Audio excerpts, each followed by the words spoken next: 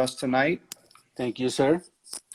And so we're going to get into your story and have you finally share it with the world. And so we're very excited to have you, for you to tell us all about your infamous and illustrious career as a writer, and school us, really school us on your history, on Chicago's history, and all these things that we're so eager to learn about. Sure, sure. And I want to take the time out to thank you guys for what you guys are doing. I know the Museum of Graffiti, what you guys detail that you're telling, and you know the format that you guys have is so important for this whole genre. And I'm just truly humbled and blessed to be here. And I thank you for that opportunity. Great. So for those of you that do not know anything about this man, C3PO has been a writer in Chicago since the late 1980s, starting at the very early age of 11 years old, as a result of having an older brother, Teal, who painted and was involved in the graffiti movement. He went on to do lots of painting, catching the graffiti bug, and really becoming dedicated to painting trains and the whole train movement in Chicago. He's a style writer as well, who knows how to burn and has a tremendous style, so we'll get into that. And he's also had, of course, like many of us, his share of legal troubles and felonies and all those things as a result of his passion for painting. And so we'll get into his story now. And so can you, tell us about the very beginning? How did you discover writing, and and why did you decide to participate? Sure. So basically, it was a vocation for me and my family. As you stated, my older brother, Teal, he wrote graffiti, and a lot of times he literally couldn't go out without taking me, so I had to tag along, literally. And I'd be lookout, and my brother went to a school. So originally, we're from the north side of Chicago, Rogers Park, way north. So you're talking Rogers Park, Andersonville, Edgewater, off the Howard line. And there's a specific school there. Anybody in Chicago knows there's certain schools that most of the writers came from. This particular school called Nicholas Sen High School, which, by the way, my parents went to, but my brother ended up getting kicked out of a bunch of high schools and ended up in Sen. And that is kind of considered colloquially as like graffiti high. I mean, it's like your art and design in New York or whatever. This was kind of like similar as far as tons of people went to that school. Tons of kings came from that school.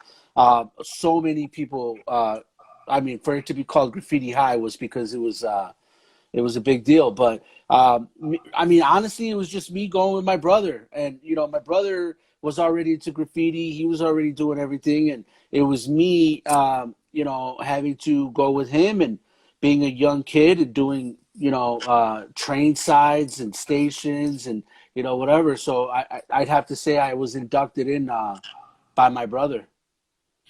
When you were inducted, you were still, I guess, in elementary school? Oh, I was young.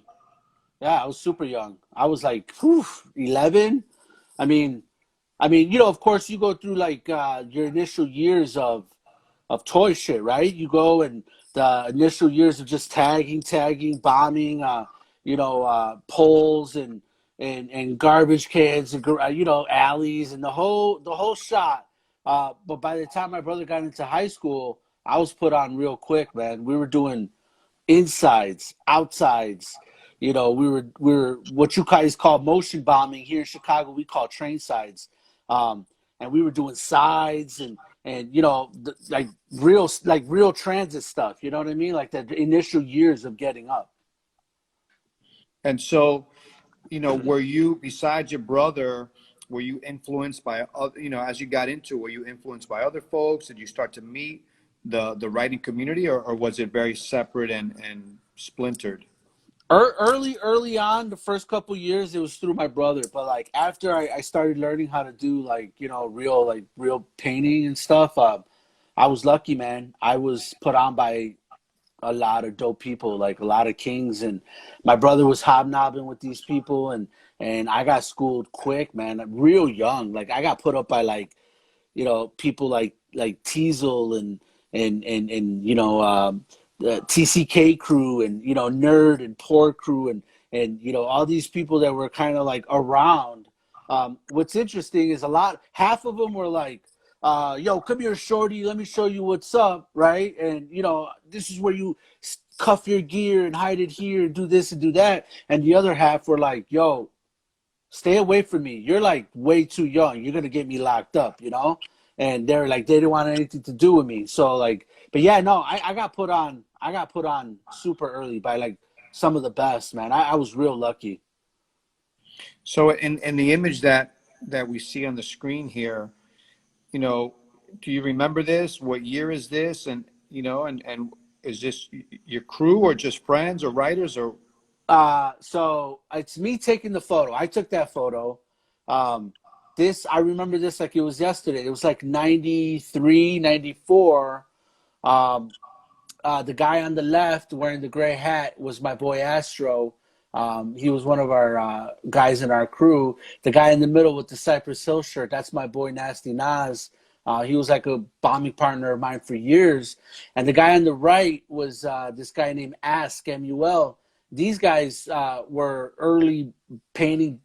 So they were all better than me, all right? I mean, these guys were good, and they were, the guy on the right, Ask, his older cousins, plural, were Chumbly and Fear, ACW.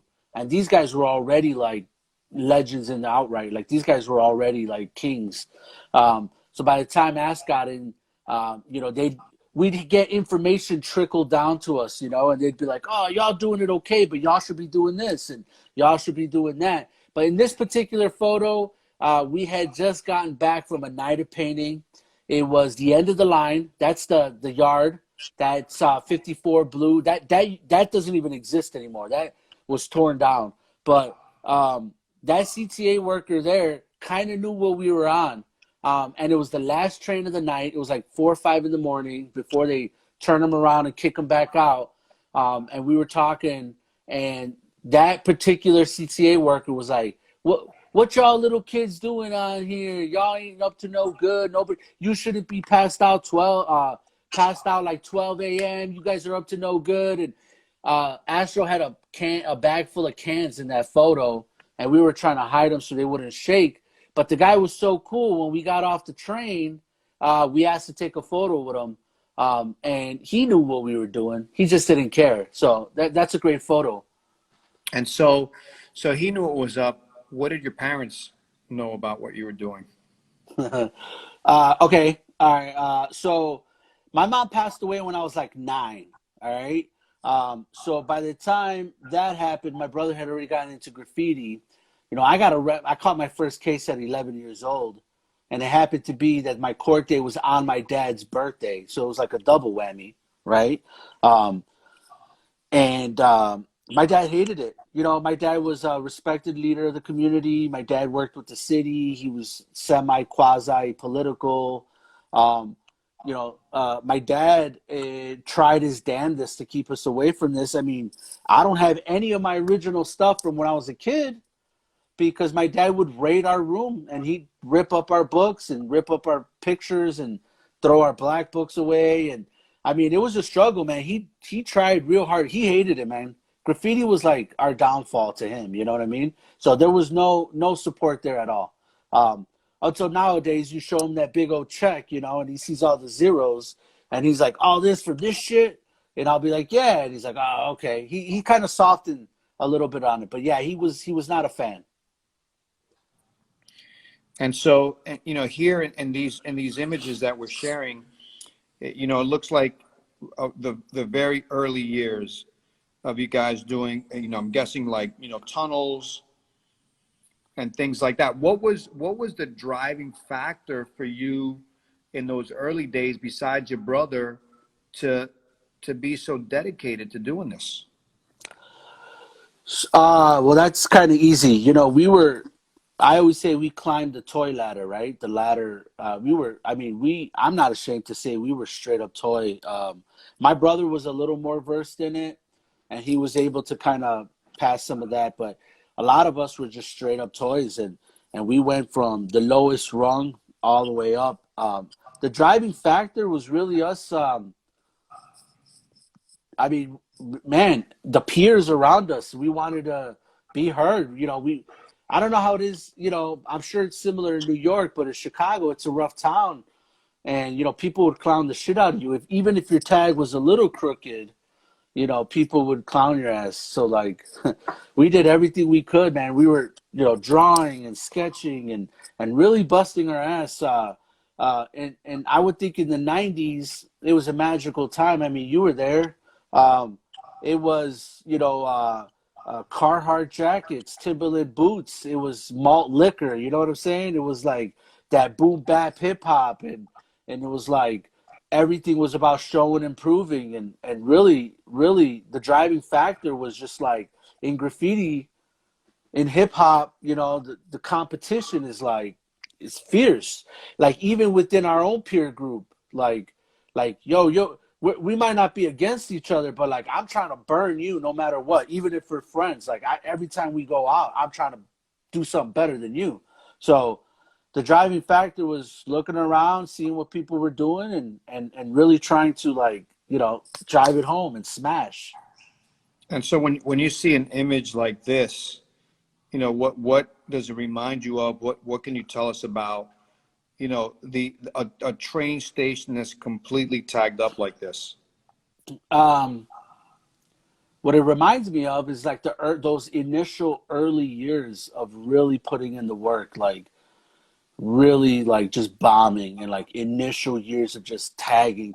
This is like before like the multicolored fill-ins and like the pieces, and this was just like years of just getting up, like tag. Like the stations used to get crushed. In this particular photo, they had just buffed that station, and shit used to ride back then a lot. So like to get a freshly clean station like that, it was almost like, yo, we have to do it, right?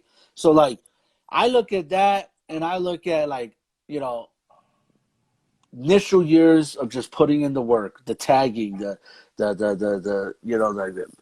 man, just trying to get up, man, have people notice the tags, and build a brand around your name. So I look at that and I look at that as like work. That was work. So in the picture, I see that there's a Nas MUL tag, Hmm. and MUL was the crew that you guys started. Can you tell us a little bit about the beginnings of that crew? Sure. So my brother Teal started MUL Crew, and that was a direct. So initially, before that, we had a crew called H2O, Hell, Hard to Overcome, Hell to Offer.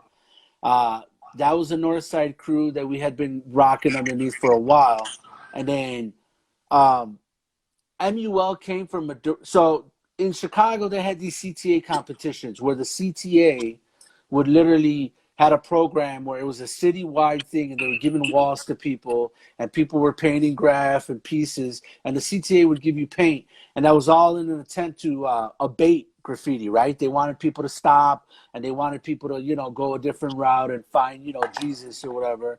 Right. um, but what people were doing is that was the come up, right? You'd go up there and you fake name, fake everything, and you'd sign up, and they would give you, cases of Krylon, and you would just get over it, right? And you get a wall, and you grab all the paint, and you would just use their own paint and smash the system. So at the time, H2O was kind of starting to like fade out a little bit, so we used that name for the CTA competitions. Um, so it was Burn Up. That name was Burn Up. Like we couldn't really go under that name anymore because they knew what's up. So it was a direct correlation from that and my brother wanting to start an elite transit crew, right? He wanted to be like insides, outsides, panels, tunnels, stations. He wanted like all the transit stuff. Um, and, he started a crew called MUL, Made You Look. And that was a direct opposition to all the other crews that were around who either one didn't like us or two wouldn't give us the time of day. So he was like, yo, I'm going to start my own shit and y'all going to suck it, right? So that's what he did. He started this crew and he immediately started headhunting and snatching some of the better riders from local crews, you know what I mean? And he was like, oh, you're dope, I'm going to snatch you up. Oh, you're dope too, I'm going to snatch you up. So even being young kids, we were like pretty good, you know what I mean? MUL, it's a joke, right? We laugh because we used to say it stood for mostly underage Latinos, right? Because we're all little kids and we're all mostly Mexicans from the hood or whatever. This photo here, that's a great photo. So I don't know if you can see, but I must have been like 13 or 14 in that photo. I'm holding a homemade. It's a homemade that I made. I don't know if people know what homemades are now, but it's basically a marker you make yourself, right? And we would sit underneath the stations and we'd let the trains roll in. And, we'd bring sandwiches and we'd like sneak cigarettes and stuff. And we would just wait for the trains to roll all day. And we would just hit boxes, the generator boxes. And we would just hit boxes all day, dude. And we would do massive tags on them until they would roll back on us. And then we'd have every box on that line for that day particularly rolling. That's a great photo. I love that photo. Yeah. Look at me. I look scared to death. Well, it's one of those things. You're look how close you are to the train. Right, The right. platform, it's pretty loud underneath there, I imagine. Oh, yeah, absolutely. And it looks like it's probably winter. That jacket, I remember that like yesterday. That jacket was my dad's jacket, and I racked it because I didn't have a jacket with me at the time. And I racked that jacket to go bombing, and I kept that jacket clean like the whole day till like the second to last tag, and boom, of course, and I had to go home and face the consequences of wrecking this dude's jacket. Ink will get you every time. Every time. And so here you are again, or I don't know if this is you. Yeah, it is. That's me. Another great image. That's bro. That's like from that last pick. That might have been 20 years later, 15 years later. So that one was already man, that was already like when we had figured it all out. Like you could tell in that photo, I'm comfortable. Like that's when we were so comfortable in the yard that it was probably a detriment to our cause because we weren't scared anymore. So when you start taking photos, and having snowball fights and doing snow angels and clowning and bullshitting, you lose that fear. You get too comfortable. But yeah, that photo right there was us after, I think we did like 4 or 5 panels that day. Went home, smoked the bowl, came back and did like another 2-3 panels. What was the fascination with the trains? Like, why so much? This is 20 years of trains that you're talking about. Okay, well, easy. First of all, getting your hands on spray can art, subway art. We looked. So when we first started, it wasn't anything about New York, right? We knew it came from there. We know all that. Later, as we started being students of the game, we would look at all the New York stuff and we'd be like, oh shit, these dudes were snapping. Like they had multicolored burners. They were doing letter styles, backgrounds, they were doing like crazy stuff. So we were like, oh, well, we could do that too. So, all right, let me backpedal real quick. So, and you could probably answer this to me. When you guys were rocking and doing stuff, Did you find during the clean train era that you guys had to kind of scale back and do like one, two, three color joints, maybe big fill-ins instead of like full color burners? You know, like were things hot enough where you guys kind of had where graph kind of like, I'm not gonna say uh went down, but maybe had to be like a different caliber. Um, were you guys like, oh, maybe we can't do that scene, mad scene, 15 color burner, full color background joint, you know what I mean? Like with everything, um, because that's kind of where we came in, where we were like, oh, you go in there and do massive fills, two color joints, get in, get out. Did you find any of that like happen when you guys were doing it? That happened in 1989, in May of 1989 in New York City. The city ran its last bomb train, like you mentioned, like the mad scenes, the whole car productions, where these things would run for days, for weeks, for months, no problem, insides and outsides. That ended in May of 1989, and so they put in a different policy: all clean trains, no graffiti to ever run. And because we were so active, it was quite a blow to us, and we wanted to see it continue. We wanted to see the graffiti world, our world, continue to exist, and we took it very personal. We didn't want it to end on our watch, not on our watch. And Right. so you would, if you were to paint a mad scene style train, backgrounds, colors, all the stuff, it would be cleaned off immediately. So why waste all those supplies on that for just that one little train? We figured out quickly that the more we painted, whether it was while they were in service or if we went to the train yard, we wanted to paint every single train, both sides, insides and out, because then the city would have no way to avoid running our Right. trains in service.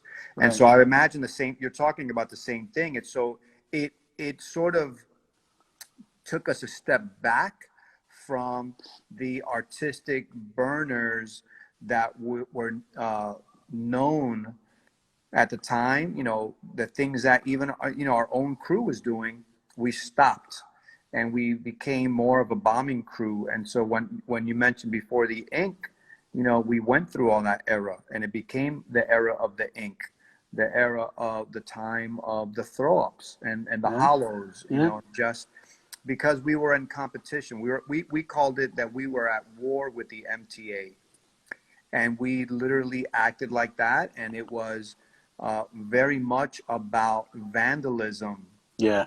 even if it was artistic vandalism, because I used to think our tags looked great. you know it was an era of vandalism until we sort of would sprinkle in these pieces, these panel pieces, or sprinkle in some stuff. But when I look at the work here, we would do this stuff during that era, but this was less frequent. this Right. was this was more of us like getting comfortable, wanting to do something very nice in between the war. Right. So that's kind of where we were at. I mean, literally, we inherited that clean train era. I mean, all the other systems kind of looked at New York and will work there, and we very much inherited that. And I mean, even painting under the windows, right? Like doing stuff and just avoiding the windows so the conductor or the motorman wouldn't see it, so it would run, right? It had a better chance of running. But yeah, for sure, one color, two color. So like when I started, it was very much one color, two color, that kind of stuff. Fill-ins, do as many as you can, and then bug out. But yeah, as you can see in this picture here, this is a later one. This was like phase two of my train game. Like this was later, and that's when we started getting a lot of young blood in the crew, and they were like, "No, man!" And it was competitions. Like, "Yo, we're gonna do 10 colors, and we're gonna do two color backgrounds, and we're gonna outline our bubbles, and we're gonna do all that stuff." Came a little later, but that's a direct result of that. I mean, some of the younger guys in the crew when they came in, they definitely ignited an arms race as far as like trying to outdo each other. I give them total credit for that. A lot of those guys came in and breathed life into it. This picture here, this picture here is actually a direct correlation of what we were just talking about. That was just being bogus. That's a full on piece right there. Um, we did that. I think it was me, Jekyll, and one other guy. And I have that on video, but that was us, even on the video, that's us being like, yo, we just spent an hour and a half in the yard and that wasn't just the only stuff we did. We had did some other stuff that night, but that was us being bogus. That was just us like flexing, and there was two burners on that train, with characters. You can't see it, but yeah, that was a great night. I remember that. So I'm curious, you go from being this bomber and a tagger, and you develop, and you see the style, you develop this crew, you're painting these trains. I mean, these pieces have a lot of style. I mean, where did this style come from? Is there a lineage to this style? Like who invented the style? Is it yours? Um, all right, so that's a good question. So particularly, so there's North Side Chicago, there's South Side Chicago, right? North Side Chicago was always more elaborate. It was very clean. It was very like stylistically very nice. I always said the South Side was a bit more the working man's writer. They were blue collar, tags, fills, like gangster spots and doing all that. So me growing up on the north side, if you did a straight letter and one letter was off, they clown the shit out of you. They laugh you out. Um, so this kind of stuff here, I would say I learned up from the north side stylistically, but I'm not gonna say I got my style from anyone particular. I'm gonna say it's pretty original. I've had years later. I'm talking about 10 years later. I had conversations with people, and we started to break it down. And they were always like, "Well, what kind of New York stuff graffiti did you like?" And I was like, "Well, if I broke it down, I'd have to say D-Row. I'm not going to say I took my style from D-Row, but I looked at D-Row shit even back in the days watching Videograph or whatever the fuck it was. But don't, his style, if you know, to me is like impeccable graffiti, like New York bar style, very like, so I guess I always strove for that like symmetrical style. Um, but that was years later. Looking back at it, I make correlations to it. But at the time, I think it was just me, just making stuff up and figuring it out. And then, of course, straight letters as well. And so, with the fascination of trains and style, I imagine that it became highly addictive. Oh yeah, oh yeah. Look, man, I'm gonna be honest with you. I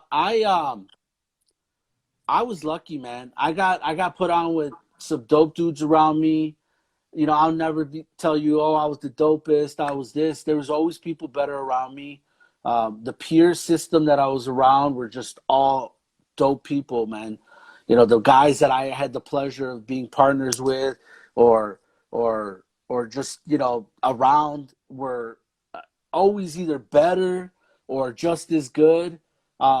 So I look at uh, graffiti like that. This is a straight letter. I mean, it's what it is. It's a fill-in. It looks cool, but it was really just looking to the left and looking to the right of me and seeing who was painting next to me, right, and then trying to outdo that. Um, and it's funny because years later they tell me that they would look to the left or the right and they'd be like, "Yo, I'm just trying to outdo that." So it was just like a steady progression of like us trying to outdo each other. Um, yeah, this one. Let me see this one. This one we did daytime, like 10 a.m. in the morning. Um, that the ones next to me that they did was full on pieces burners with. They did like a Tasmanian devil with like whirlwinds and it was nuts, man. They did like full on pieces. This one I did probably in about 20 minutes, 19 minutes. The guys next to me were burning so hard, I actually had an opportunity to paint um, two more panels other than this one. But this one was a particularly good day because it was a beautiful Sunday.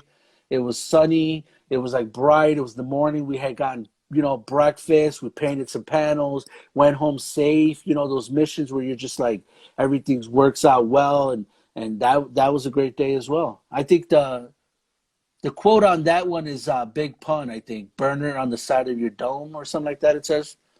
Um, right? Yeah, burner at the side of your dome or something like that. Yeah, that's a Big Pun quote right there. But yeah, that one's a good one too. No So, cutbacks, no cutoffs, no cutbacks. Just whatever's on there, first time lays out. That's the way it ended up. so it sounds like you guys had to run to the yard. I mean, how easy was it to paint trains in this era? It was not easy at all. It was not easy at all. You being a trade painter yourself, we knew shift changes. We knew how often they went out and checked, how often, which lanes they pulled out first. We knew, how long any particular train would be there. Like it wasn't that it was easy. I would say it was actually harder. But we just knew our stuff, man. We had our little come ups and our little I don't want to say it, but our gimmicks and our whatever, and we just knew the line, man. We knew when they would pull it out or when the motorman would come and exactly how many minutes we had, and we would have people in this one particularly. We had one of our crew members across the highway in a parking lot with binoculars, basically watching out for us. So let me ask you a question. All that effort to paint all these trains, or let's say this train in particular, how long would this train last?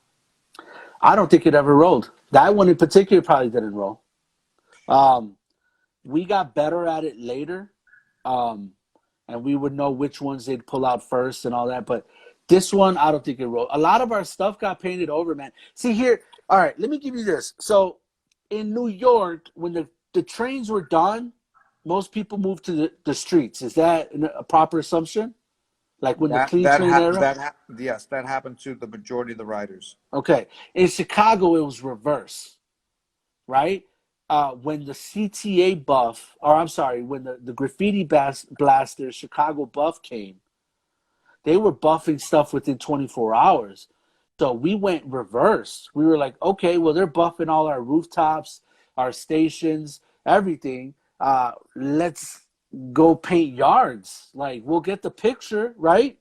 Um, Everybody knows steel's the deal. Everybody knows steel's the best. So it's like so you got to remember in Chicago, if you got busted with $300 or more of damage, it was a felony. Okay, if you got busted painting steel, it was a felony. So like it was a no-brainer, bro.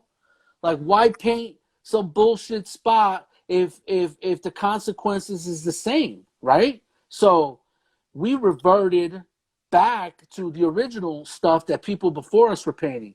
The tricksters, the slangs, the orcos, the warps, like all these people were painting trains. Um, it was a no-brainer, man. You either paint a train or you paint a spot. I mean, Amazing. And so the consequences, the city sort of backfired in a way, maybe not, but you guys turned to trains just because you might as well be doing it. yeah, they banned us in 1992. They banned the sale of spray paint in Chicago. So just to have spray paint was a case. Okay, then they turned what used to be misdemeanor offenses, minor offenses, into felonies. Okay, that got rid of a lot of people. Some people were like, "It's not worth it," or whatever the case was, and that kind of filtered out some of the, the hangers on, and the guys that were left were the true distilled, like, you know what I'm saying, like real deal, and those guys were unstoppable. So here's a photo right there. That Chicago piece right there. Uh, that's on the yard. That's on the yard wall. That's part of the CTA competition. That was the first year the CTA did that competition I was talking about. Um, they let us paint the yard wall, and they gave us paint to do it. Amazing.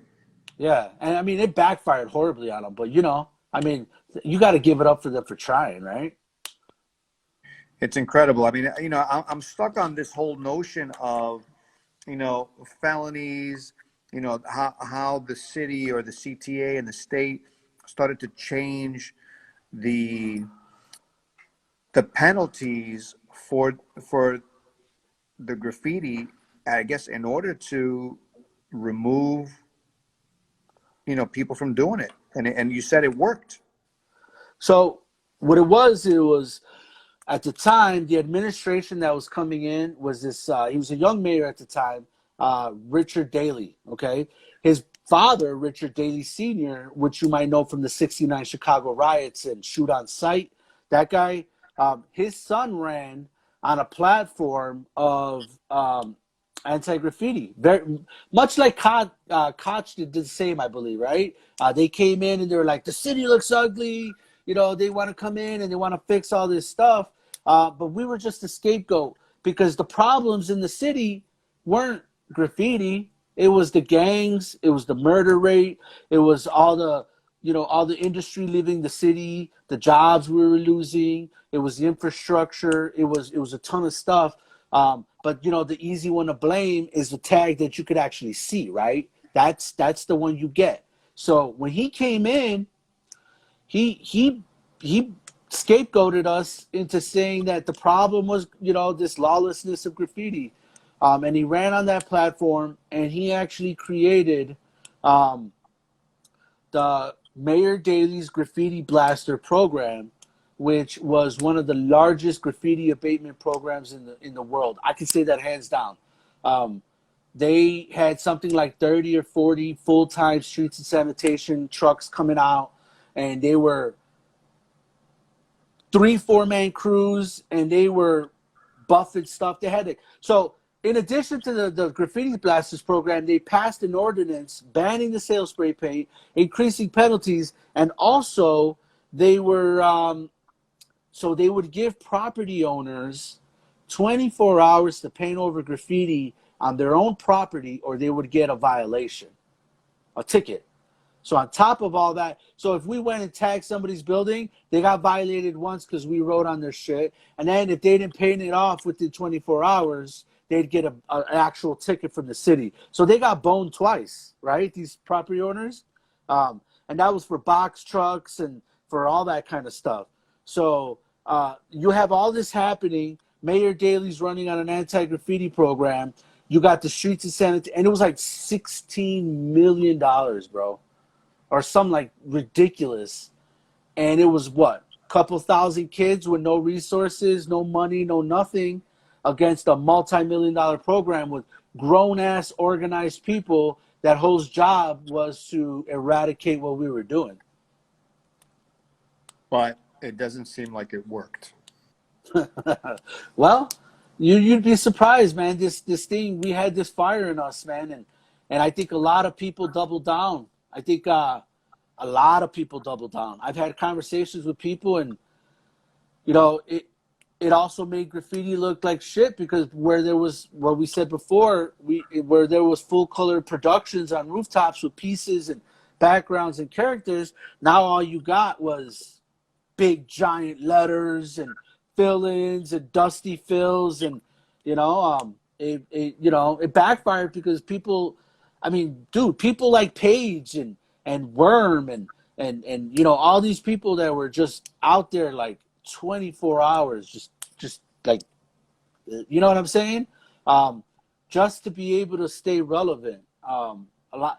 A lot of people came in the 90s and they're like, where's all the graffiti? And I was like, dude, were you here last night? Because shit was rocked. You know what I mean? And that's just the way it was. Incredible. And so how did you, during that era, how did young people, how was their community? How did you get more people to get involved? Like, how as a crew would you even get members if it was being cleaned so fast, if it was so tense, if it was so dangerous, and if the penalties are so strict Um, or harsh? where there's a will, there's a way, man. You know, graph is one of these things that appeals to young people, and it just, if you grow up in a city, like we did, you're just another person walking down the street, and the opportunities that graffiti affords to a young person, just doing like crazy, or just like trying to be known and make a name for themselves.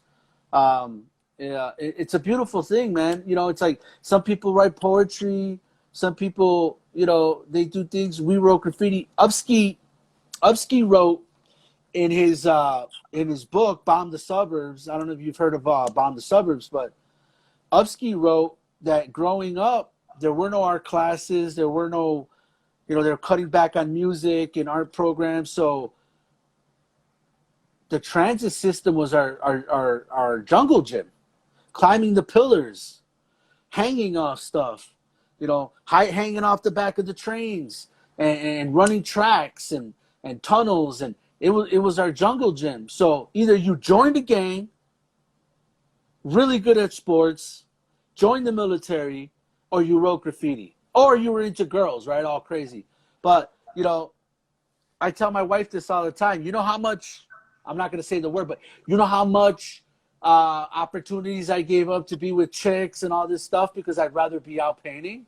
Like, graffiti is that addictive where give up, you know what I'm trying to say. I do know what you're trying to say, but at the same time, you were so addicted, but you were addicted to art. It's not like you were addicted to a drug. I Right. mean, look. I mean, look at this. Look at this piece that we're seeing here.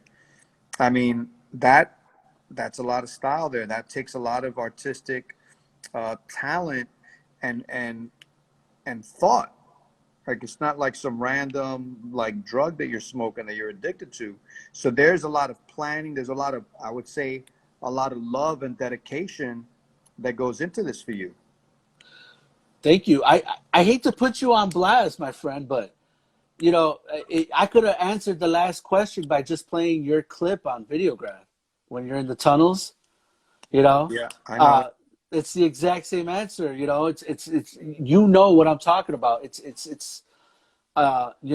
just they asked you, right? They were like, well, when are you going to give this up or something? I think you said something like when I'm done, right, or something like that. Um, that's kind of the mentality we had, man. We were like, we're going to do this forever or until we're done. You know. I mean, and it seems that because of your passion for it, your commitment and drive to doing it, your artistry, you raised up a crew and a group of friends that really are dedicated, to have been dedicated to putting Chicago on the map. Absolutely. I mean, I look at some of the stuff that the younger guys are doing. I'm retired now, and I haven't really been active in that sense at all. But I mean, it's amazing what people are doing. I mean, and I'm probably gonna get in trouble for this, Alan, but I'm gonna say it. I'm gonna say it. I would put up. Well, first of all, I'm gonna say this: Chicago, in itself, today, I would put up against any North American or even South American as far as metal and steel and train painting goes. Chicago right now is having a massive renaissance. I look at it, I get jealous. I wish it was like that when I was doing it. Um, but I would look at what's coming out of Chicago now, and it blows my mind. These people are insane. They're doing whole cars with characters and letters and backgrounds, and we were doing it. And I remember we did a whole car with a character, and we were like, "This is the bee's knees, right? Like this is the best, as good as it gets."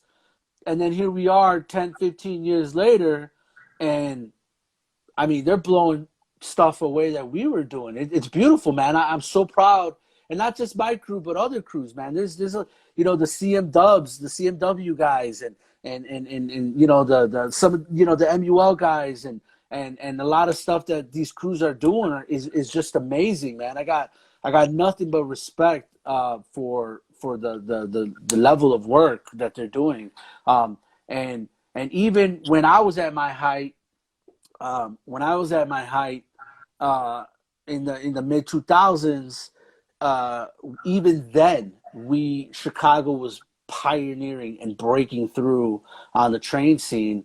I mean, people from New York and other places were coming to Chicago to paint because it was so good. You know what I mean? This piece here, it's a character I painted with a C3PO. But what's funny about this piece is, as I was painting it, some guy came up to me and was like, "Yo, your piece is really dope." And I'm like, "Thank you so much." He's like, "Yeah, bro, it's so cool how you did that CBS piece." And I was like, "Oh yeah, that's super dope. Yeah, for sure, CBS." But you know, clearly it's a C3PO. But he was a CBS, and you know, I looked at it and I laughed. I was like, "That's funny," you know. So, I mean, I want to share a few of the images that you sent me, just so that the audience that we have here tonight gets to understand the, you know, the work that you putting in, and the different styles that you've been painting and developing over the past many years. And you know, walls from all, you know, all different kind of environments, uh, and you know, really playful and you know, sort of bold with your colors, even here, like with the use of fluorescence. And you know, for those of you that aren't as familiar, I wanted just to share some of these great images that C3PO shared with us today. And these styles are, you know, some of these styles are very complex. There's a lot going on in this piece, as an example. That one, I was, if you go back, that one, it always reminded me of like the old GI Joe logo, like the colors, you know, like the very like army, you know, GI Joe, you know, Go Joe or whatever. I see it. I should have done the stripes with the star. It would have been awesome, but yeah. And then, of course, freight trains. Oh yeah, Tropic Thunder. That one was cold, bro. That night was really cold. I remember we were in Cincinnati that night. We did that one in Cincinnati. Um, that was all scraps, bro. That was all. If you could see the fill-in, it was just, you know, a bunch of colors that were collaborative, and then, you know, I had one outline. That one was a good one. I like that one. So I'm going to blast through these because I want to get, you know, we don't have much time, and I want to Yes, get into a conversation with you about your latest project, which is very important for us to share with the that one I world. did for Public Enemy, Chuck D. That we did that one for Public Enemy. That's an accomplishment right there. Yeah. So yeah, let's talk about the latest project. That's my Don Quixote piece. That's the next one after that is one I did. It's funny because that's me painting a picture. If you pan to your right, I guess, um, there's or to the left, like the other way. That is a picture of me putting on. Oh, you can't see it, but I'm putting on gloves in that photo. That's a photo of me putting on gloves before I paint that TMB train, and that's me painting a painting of that photo. Incredible. Never took an art class. Self-taught. Yeah, So it was written. You know, the reason why I wanted you on today is so that you can talk about this project. Uh, can you know, share with us what the It Was Written project is, and why you're doing it? And as a matter of abs- fact, you know, perhaps we should have it so that maybe I could play the video if you'd like. yeah, go for it. So, just a little bit about It Was Written. Um, let's get the video up. All right, let's just give me a second here. We're gonna cue it up for you guys. Pulls up both from both sides. Like, put us puts us up against the wall, searches us, and they arrested all of us. And we all went to jail. So how much do you think CTA spends annually on graffiti control, cleanup? Somewhere between 17 and 20 million. Trains were getting bombed. Buses were getting bombed.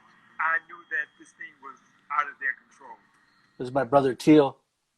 The entire city was literally covered. Every train station, every rooftop, every wall, every bus, it was writing everywhere. So the CTA was getting killed. Graffiti is a crime. It's not art. It's not a game. It's a selfish, stupid, destructive crime. And we take it very seriously here in the city of Chicago.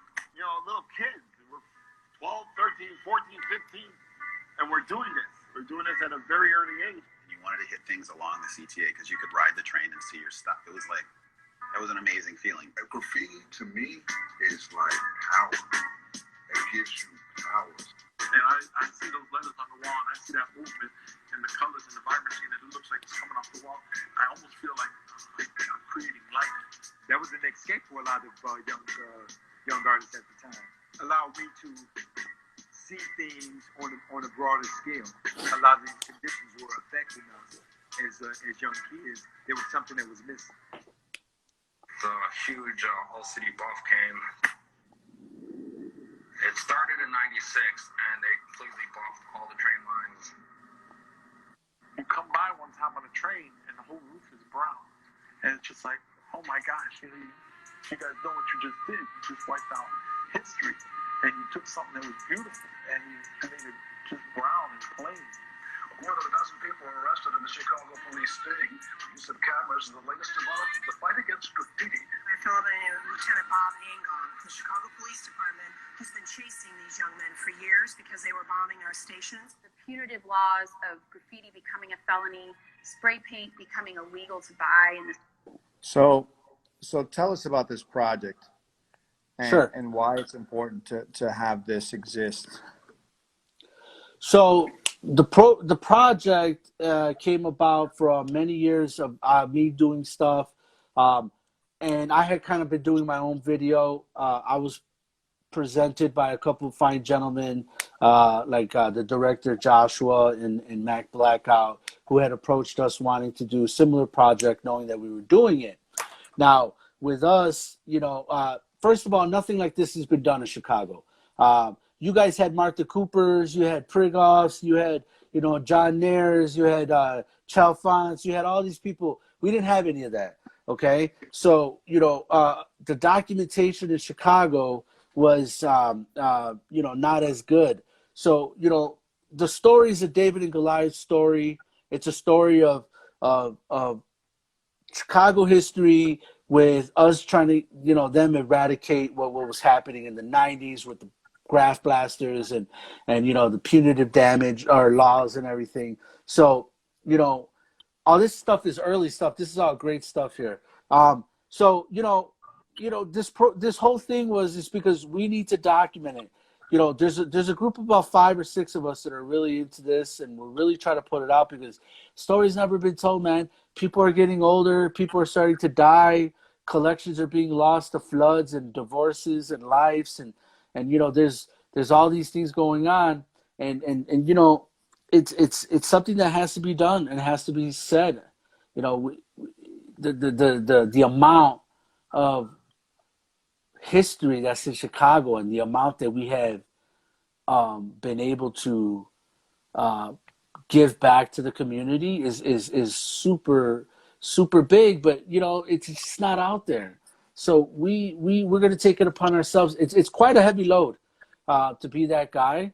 But yeah, man, we're trying to put this movie out. We're looking at 22 now, so September of 22. Hopefully it's out.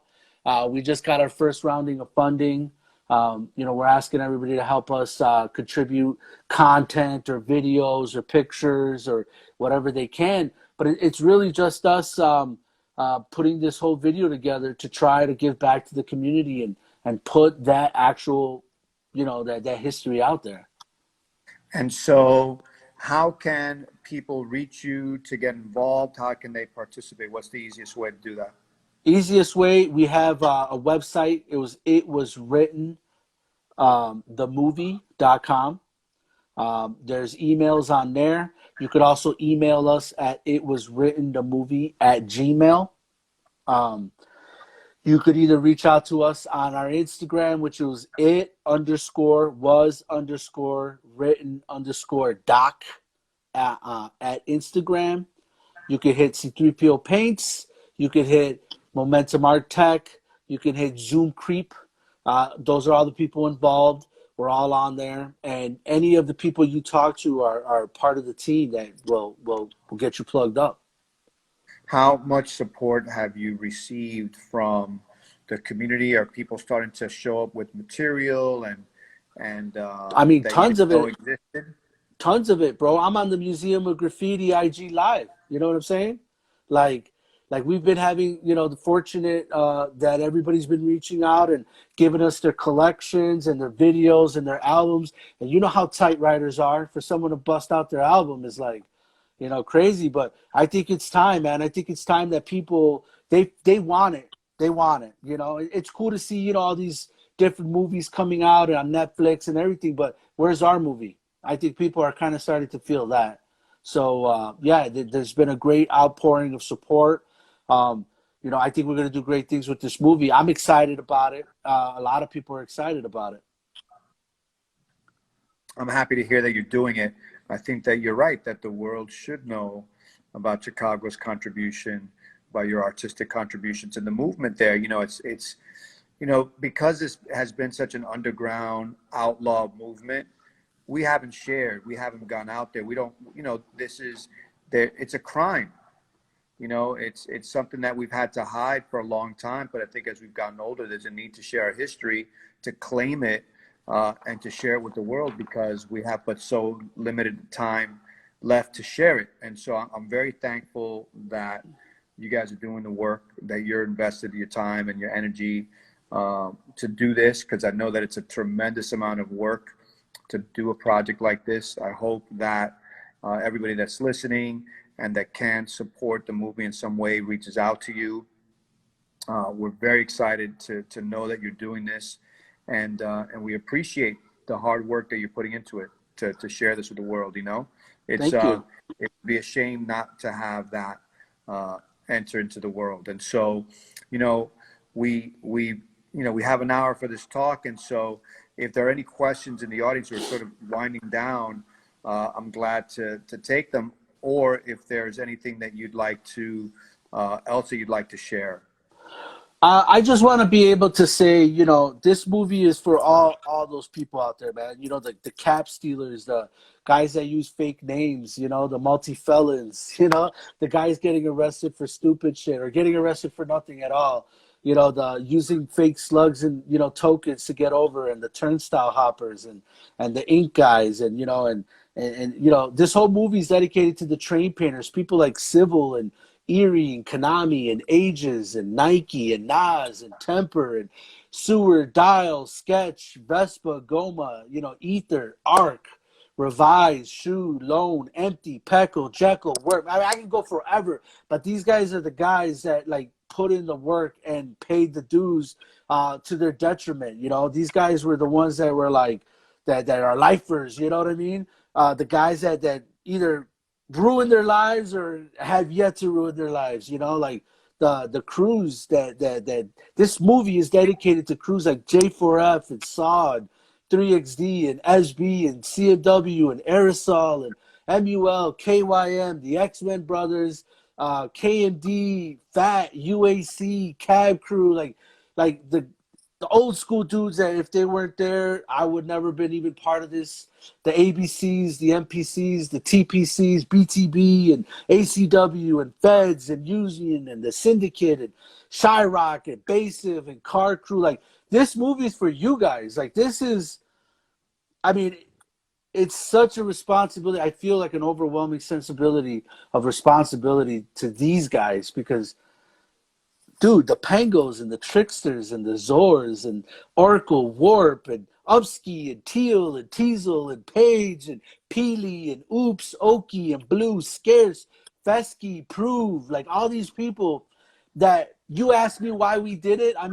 Dude, we looked at these people and this is for all the people that went their whole career, never got patted on the back, and kind of, maybe their lives went down the shitters, or they got divorced, or because of graffiti, man. Like, this movie's for you, man. Like, this, it's overwhelming because, I know we had this conversation earlier where we talked about, like, this is not a glamorous life. This is not something that, in retrospect, everything looks rosy, right? Everything's like so beautiful and it was fun. But there's people that are living in cars or bad health or whatever the case, and they were kings outright, but maybe they weren't so good at life. This movie is for that guy, like the guy who I looked up to and paved the way. Our crew takes this very seriously to try to put this movie together, man, and be able to at least tell that story, man. We're storytellers, and to be able to tell that story is a blessing and an honor. I agree. And thank you for that. And so we're going to wrap it up. I want to thank you very much for sharing the story and sharing with the world your mission. Revealing these files, these images that you share with us tonight, that I'm sure, many of the things that we saw were never shared before in the story. It means a lot to us to be able to hear it straight from you. We're very honored, and we're very, very excited that you're taking on such a tremendous but very important undertaking in telling the story of this movement in your city. And for those of you that didn't hear or just jumped in, It Was Written is the project, the movie that we were just speaking about. This is C3PO, who's part of the team that's doing the movie. My name is Alan Kett, and I am here at the Museum of Graffiti in Miami, Florida, doing similar work in the physical space. And we appreciate the ongoing support of all of you that tune in, all of you that listen to these talks, all of you that visit us at the museum physically, that go on our website and, buy a book, or buy, a magnet or whatever it is that is available, the artwork from artists of this movement, because it allows